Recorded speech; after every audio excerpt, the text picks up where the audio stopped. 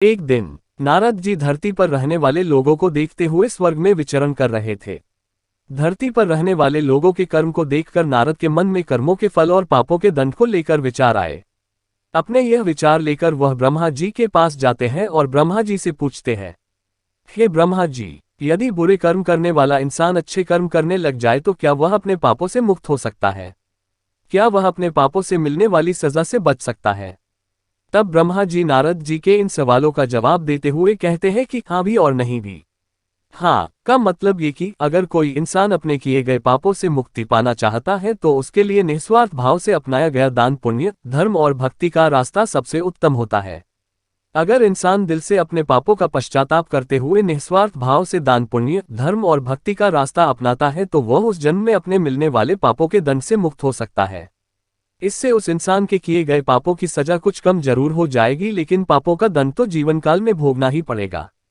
किंतु कुछ जघन्य अपराध यानी घोर पाप ऐसे होते हैं जिनका दंड शारीरिक एवं मानसिक रूप से न सिर्फ इस जन्म में बल्कि आने वाले एक या कई जन्मों तक भोगने पड़ते हैं, यानी इंसान के कर्म कभी पीछा नहीं छोड़ते। और नहीं का मतलब ये कि अगर वो इंसान दान, पुण्य, धर्म और भक्ति का रास्ता या कोई भी अच्छा कर्म निस्वार्थ भाव से न अपना कर किसी स्वयं के मकसद को पूरा करने के लिए या लालच से अपनाता है तो इसे दिखावा बोला जाता है। ऐसा करने से उसे उसके पापों से छुटकारा कभी नहीं मिल सकता, अपने पापों से कभी मुक्त नहीं हो सकता। इंसान के द्वारा किया गया घोर अपराध और पाप उसका अगले कई जन्मों तक पीछा नहीं छोड़ते।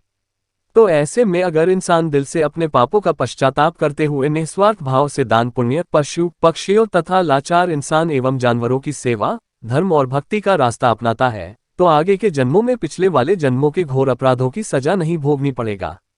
यदि वो अपनी पूरी उम्र श्रद्धा और विश्वास से ईश्वर की भक्ति में और पुण्य कर्मों में लगा देता है तो वह अपने पापों से सदा के लिए मुक्त हो सकता है। तब ब्रह्मा जी नारद जी को इसी पर आधारित एक सच्ची कहानी सुनाते हैं। एक गांव में एक सूद नाम का इंसान रहता था। वह गलत लोगों की संगत में आजने की वजह से डाकू बन गया था। वह लोगों को मारकर अक्सर उनका धन लूटा लेता था। एक दिन डाकू जंगल से होता हुआ सड़क की ओर जा रहा था कि अचानक एक नाग नागिन का जोड़ा डाकू के रास्ते में आ जाते हैं। डाकू को देख नाग नागिन अपनी रक्षा के लिए फन फैला लेते हैं। डाकू घबरा जाता है और अपनी बंदूक उन नाग नागिन पर तान देता है। ये देख नाग नागिन क्रोधित हो जाते हैं और उस डाकू पर हमला कर देते हैं। डाकू अपनी जान बचाने के लिए 2 कदम पीछे हटता हुआ नागिन पर गोली चला देता है। ये देख नाग डाकू पर तेजी से हमला करता हुआ डाकू की बंदूक पर चिपक जाता है। डाकू अपनी बंदूक को कहीं दूर फेंक देता है और वहां से भाग निकलता है। भागते भागते डाकू सड़क पर पहुंच जाता है। वहीं दूसरी तरफ उसी रास्ते से एक औरत और उसके साथ उसका एक 11 साल का बेटा भी था। वो दोनों घर की तरफ जा रहे थे। अचानक डाकू भी वहीं आ जाता है। डाकू देख माँ बेटे घबरा जाते हैं। डाकू औरत के करीब जाता है और बलपूर्वक उस औरत से गले में टंगा सोने का हार खींच लेता है। अब औरत अपने और अपने बच्चे की जान की रक्षा के लिए उस डाकू से दया की भीख मांगती है। लेकिन डाकू इतना क्रूर स्वभाव का था कि वह अक्सर जिस किसी को भी लूटता तो वह उसे मार भी डालता था। इसलिए डाकू पर उस औरत की बातों का कोई असर नहीं होता और वह उस औरत को तेजधार चाकू मारकर बुरी तरह से घायल कर देता है। ये देख बच्चा क्रोध से तिलमिला उठता है और पत्थर उठाकर जोर से डाकू के सर पर दे मारता है। डाकू के सर से खून निकलने लगता है। डाकू उस बच्चे को भी चाकू से मार देता है और वहां से भाग जाता है। चीख चिल्लाहट को सुन आसपास के गांव के लोग वहां पहुंचते हैं। वो लोग उस महिला और बच्चे को तुरंत हकीम के पास ले जाते हैं। माँ और बेटा दोनों बच जाते हैं। उधर डाकू भागता हुआ फिर से जंगल की तरफ चला जाता है। बहुत थक जाने की वजह से डाकू वही आराम करने लगता है। दूसरी तरफ नाग डाकू का पीछा करते हुए डाकू के पास पहुंच जाता है। डाकू सो चुका होता है और इधर नाग अपनी नागिन की मौत का बदला लेते हुए डाकू के पैर को डस लेता है। डाकू दर्द से छटपटाता हुआ वहीं मर जाता है।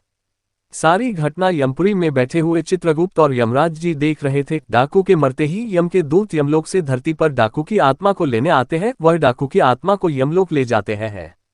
यमलोक में चित्रगुप्त जी अपनी किताब में डाकू के द्वारा किए गए सभी कर्मों और पापों का लेखा जोखा देखते हुए उसे उसके पापों की सजा सुनाते हैं। डाकू की आत्मा को बहुत सारी यातनाएं दी जाती है। इसके बाद चित्रगुप्त जी डाकू की आत्मा को बोलते हैं कि जिस 11 साल के बच्चे को तुमने चाकू से मारा था उस पाप की सजा भोगने के लिए तुम्हारा फिर से धरती पर जन्म होगा और एक पंडित के घर होगा जहां तुम सिर्फ 11 साल तक ही जीवित रहोगे। दोस्तों, ये कहानी अच्छा लगे तो इस चैनल को सब्सक्राइब करें और वीडियो को शेयर जरूर करें।